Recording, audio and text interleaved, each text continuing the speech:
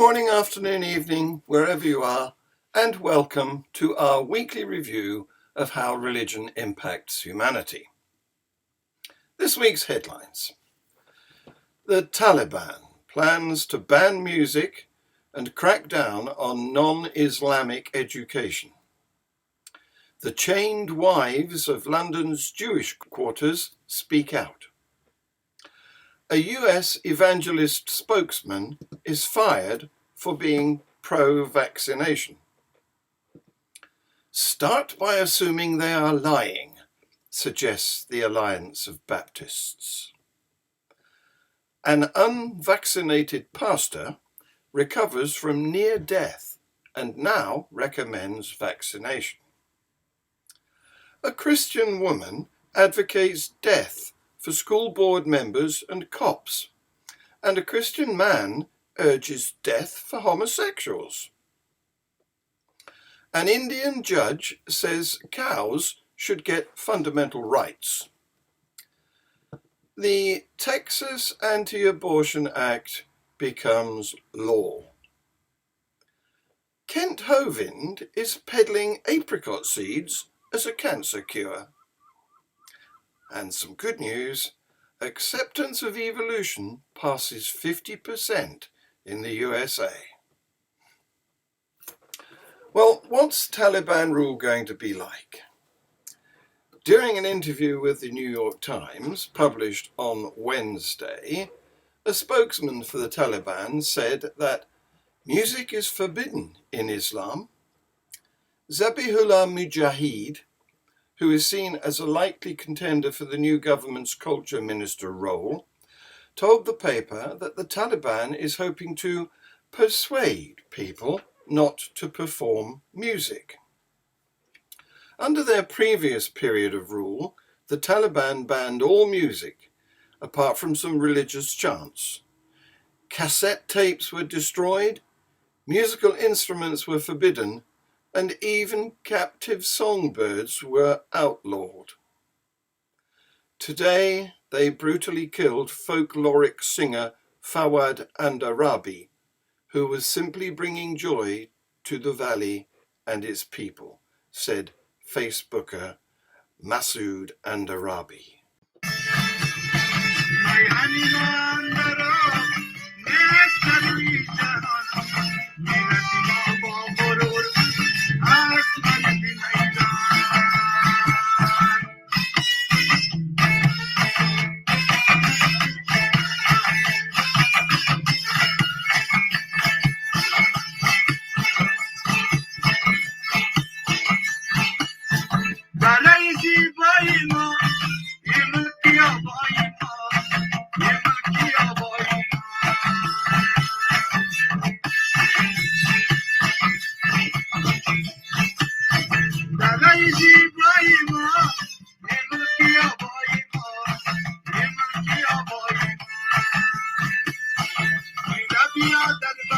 That was Fawad Andarabi in one of his last performances. It's not only music that the Taliban tends to crack down on. According to India Today, female voices on TV and radio have also been outlawed. The Taliban is planning to purge Afghanistan's education system of all elements that are against Islam, according to an official, as activists and campaigners warn of a return to authoritarian rule in the country. Speaking on Sunday, interim higher education minister Abdul Baqi Haqqani criticised the current education system that was founded by the international community, claiming that it had failed to adhere to religious principles. The world tried to take religion out of scientific education, which harmed the people, Mr. Haqqani said. He added that every item against Islam in the educational system will be removed. This week's deeper dive is from Al Jazeera. This is the man who is in charge of the Taliban takeover of Afghanistan. His name is Abdul Ghani Baradar, and he is likely to be the next president. The extremist group is trying to rebrand by releasing photos of members riding bumper cars and eating ice cream. But some videos show another side, like this one, where a fighter fires shots to control the crowd near Kabul airport. We decoded some of the most striking images of the Taliban takeover and what it could mean for the future of the country. This video of fighters taking control of the compound for the country's intelligence services was one of the first that went viral. They breezed past metal detectors of Afghanistan's police headquarters in Kunduz. Then they stole pickup trucks from the garage, the Kunduz police logo clearly visible on their new vehicles. By the end of July, the Taliban had gained control of about half of the country's districts. This satellite footage shows Afghan forces launching air attacks to defend the second biggest city in August. But the Taliban seized Kandahar, their former stronghold. This video shows people piling on top of a US Humvee as they parade victoriously through the streets. We can even see some children in the back. Huge crowds also gathered at the city's gate, right outside the governor's office, as fighters replaced the Afghan flag with the Taliban's. Both flags feature the Shahada, a religious oath commonly found in most Muslim households. It reads, "I bear witness that none deserves worship except God, and I bear witness that Muhammad is the messenger of God." The tricolor in Afghanistan's flag dates back to 1928 and represents the country's troubled past, the fight for independence, and its hope for an Islamic future. The emblem at the center features a mosque surrounded by sheaves of wheat for fertility. But the Taliban flag bleaches all of it, leaving just the Shahada, a symbol of the group's mission to re-establish an Islamic emirate in Afghanistan. Most emirates have a monarch in charge, but the Taliban chose this name because that's what they called it in the past. The Taliban flag was flying high in Herat too, when they took over the city that same day. Fighters shared videos of themselves walking through the city's citadel that dates back to Alexander the Great. You can see the green police trucks that appear to be similar to the ones in the Kunduz police headquarters. Here you can also see them patrolling the streets without any police officers to stop them. As news of the Taliban takeover began spreading across the country, pro-government soldiers tried to flee to Uzbekistan, using the same friendship bridge that the Soviets used after their defeat back in 1989. Then the Taliban drove into the capital, their flag at the front of the armored vehicle. That's when chaos began as many rushed into Kabul's airport. All these people were hoping to make it on one of the few flights leaving that day. Dozens piled onto the stairs hoping to get inside a plane. And this might be the video we remember the most at the end of America's longest-running war.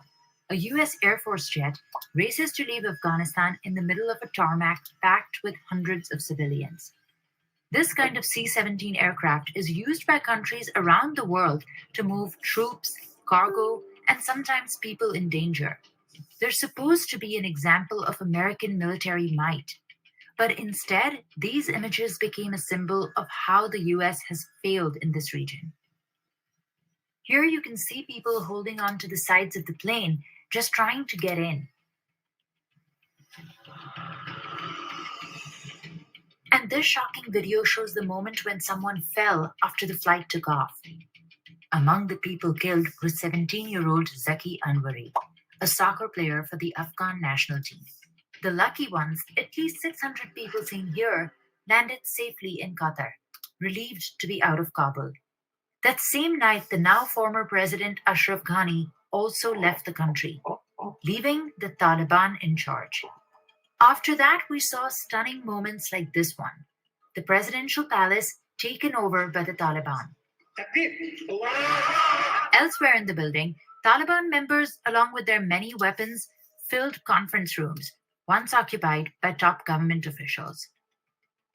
And this video shows the very end of the Afghan civilian government. Fighters unhook the Afghan national flag, they roll it up, and they set it aside. In the middle of all the chaos, the Taliban hosted their first press conference, led by the group's spokesperson Zabiullah Mujahid. باید یادآور شوم که ما خو امر عفو قرار میدیم که بس نفع صلح و ثبات در افغانستان میدانیم. تمام جهت‌های مقابل همراه ما در مقابل بودن، از الف تا یا همه عفو هستند.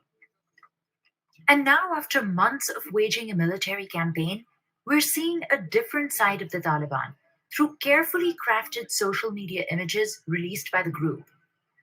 Fighters pose for the camera with their ice creams. One video shows them driving around in bumper cars, their guns also along for the ride. In another video, some of them ride a merry-go-round at an amusement park in Kabul. And back in the palace, a few Taliban fighters hit the gym as they take a break from carrying their weapons. All of these surreal scenes are an attempt to show the more human side of the Taliban. But some of the videos are a reminder of the Taliban's oppressive past, as they gathered all the ammo, bulletproof vests, and guns civilians have in their homes. Now they're releasing propaganda videos mocking Washington for its defeat. As fighters dress up in the billions of dollars worth of weapons and gear the US left behind for the Afghan military. They're calling themselves the Badri 313 Brigade. The name refers to the Battle of Badr, where Prophet Muhammad led a victorious army of 313 men. These videos are produced by the Taliban's media unit called Manba al-Jihad, which means source of jihad. It's run by the Haqqani Network, an insurgent group now also part of the Taliban. The logo seems to copy the style of Al Jazeera and some ISIS channels. This one shows a fighter with an assault rifle and a bulletproof vest. A huge contrast from their old look with just a rifle at hand. Here you can see them wearing American ballistic vests and M4 assault rifles. At the center of the parade, the Taliban flag is flying high, and people have even started selling the Taliban flag on the streets of Kabul. But others refuse to give up. Some soldiers from the Afghan military are joining a resistance movement in Panjshir Valley. They are rallying behind Ahmad Massoud, the son of the famous Afghan military leader who fought against the Soviets. People in Kabul are also protesting the takeover with the Afghan flag as their symbol of resistance. That was also what protesters in Jalalabad were holding on to before Taliban militants fired into the crowd. But a lot of people in Afghanistan are showing that they're desperate to escape the Taliban, as they keep searching for a way out, even if it's just their babies who make it to safety. Rivka Mayer was 32 when she entered into a religious marriage.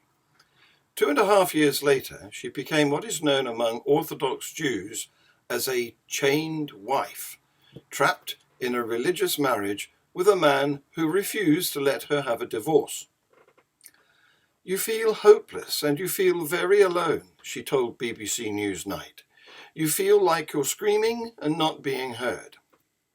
Under Orthodox Jewish law, a husband must grant his wife a document called a get in Hebrew. Without this, worshippers believe she remains married to him even if they are legally divorced. Ms. Mayer says it meant she was not permitted to have another partner. You're stuck.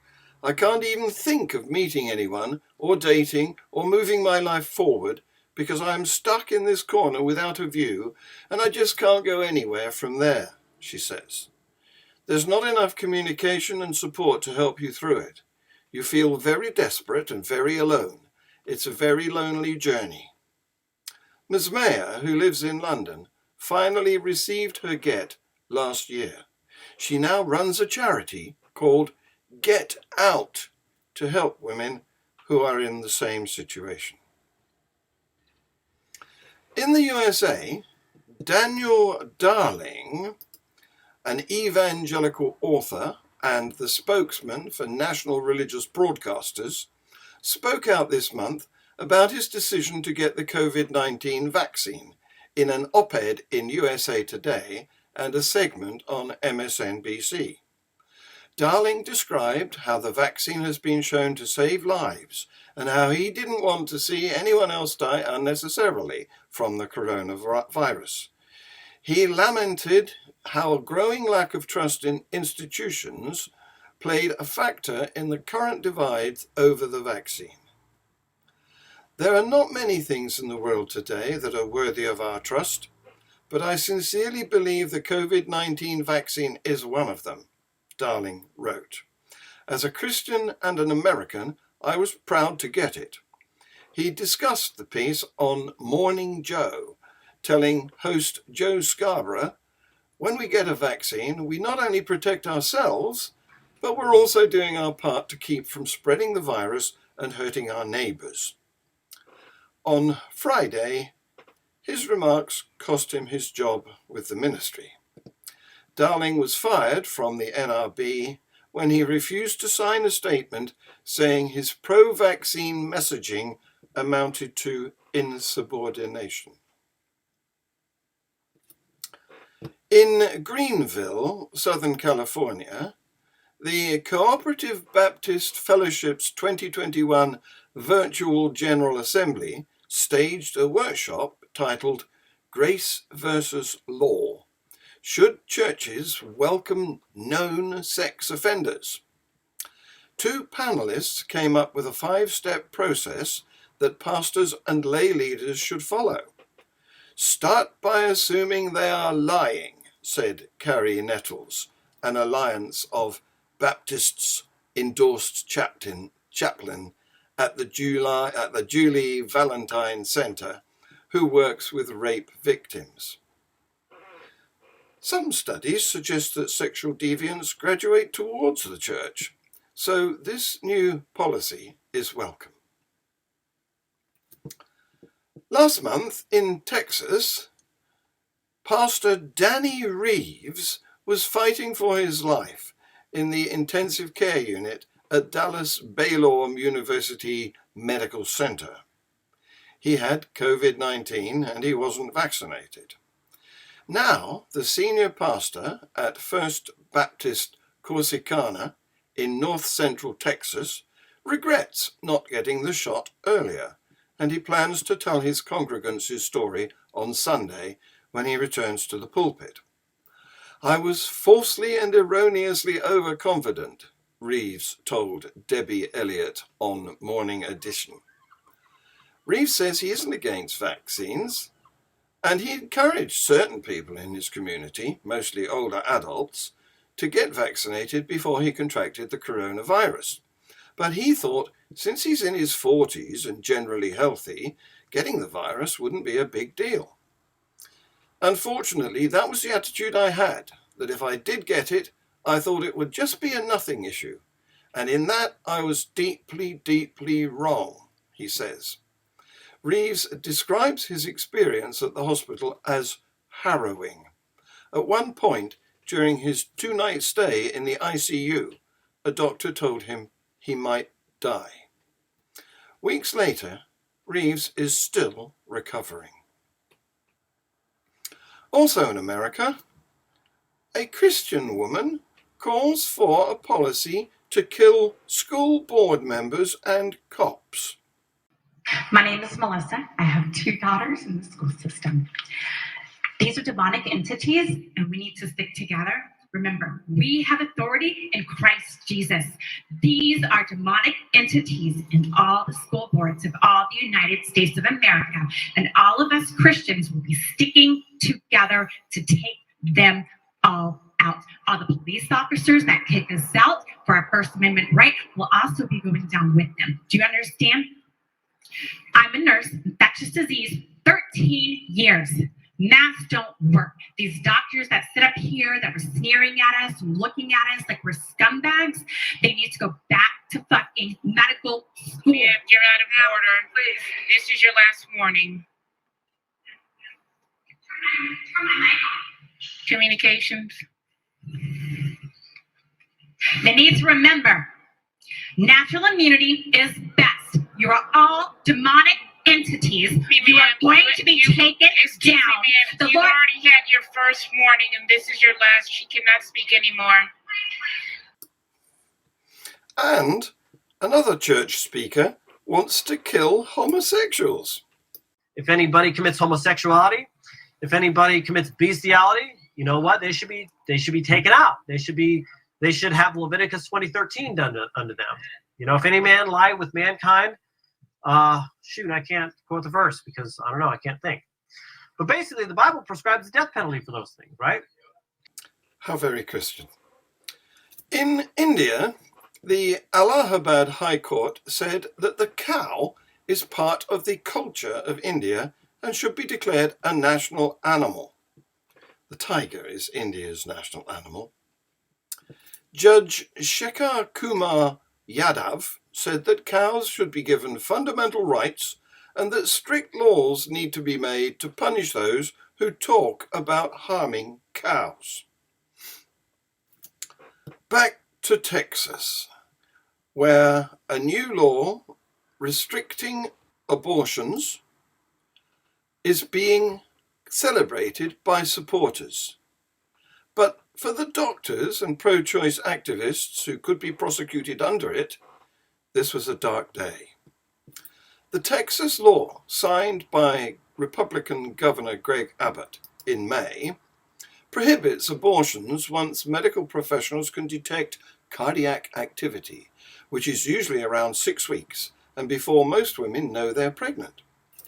It is the strictest law against abortion rights in the United States since the High Court's landmark Roe v.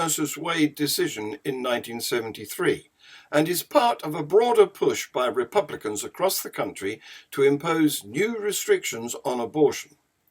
At least 12 other states have enacted bans early in pregnancy, but all have been blocked from going into effect.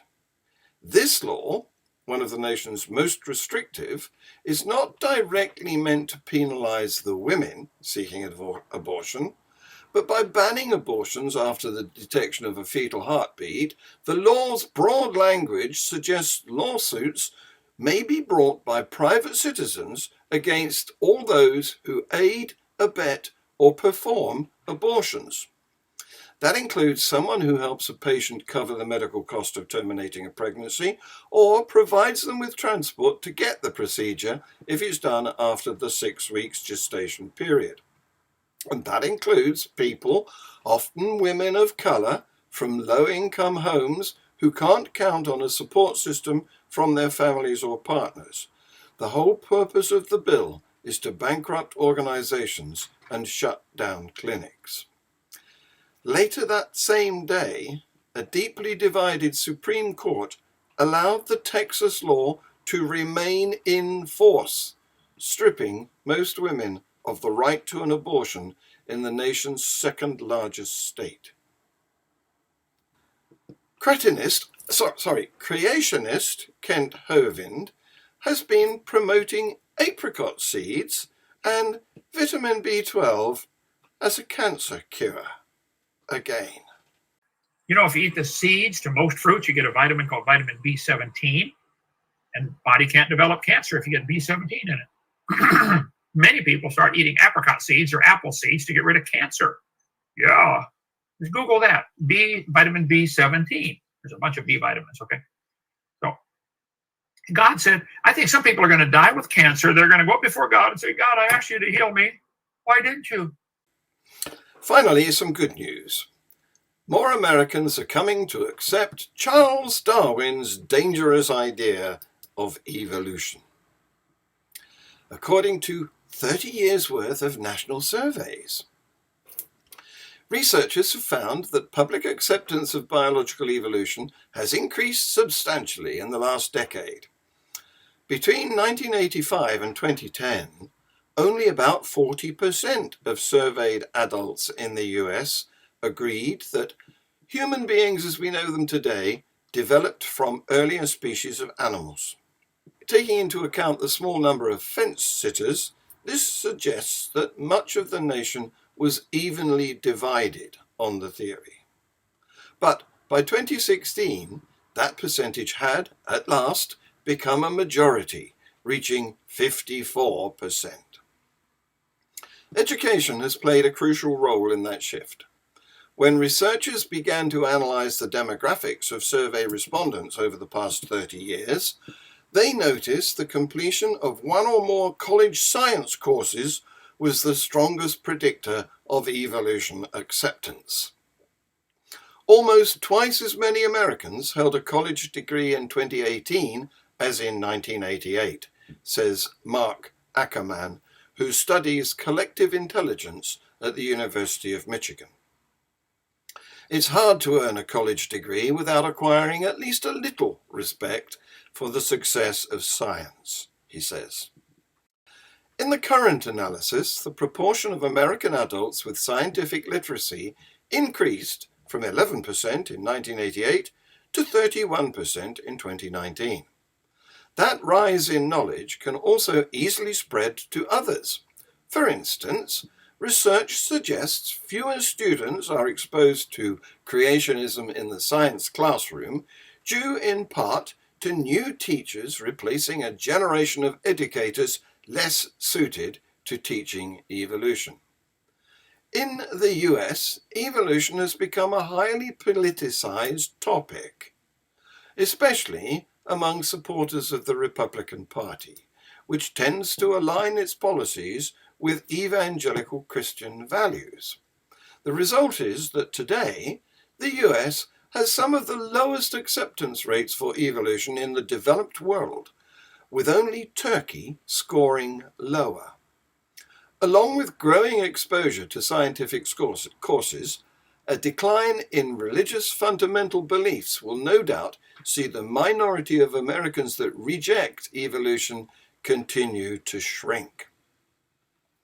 Another new survey reveals a shocking statistic about young Christians. More than 60% of born-again Christians between the ages of 18 to 39 believe that Jesus, Buddha, and Muhammad are all equal in regards to a path to salvation. Probe Ministries recently released the results of its Religious Views and Practices survey, showing a striking decline in religious beliefs and practices over the last 10 years. This survey shows a majority of born-again Christians are ignorant about the basic teachings of their faith. The Probe survey shows that even born-again Christians can have a false view of Jesus Christ and embrace a pluralistic worldview, said Probe Ministries President Kirby Anderson. Pastors and church leaders just can't assume any longer that members of their church or Christian organization have a biblical worldview. Less than half of those surveyed strongly agreed that Jesus died to redeem us and will return to save us.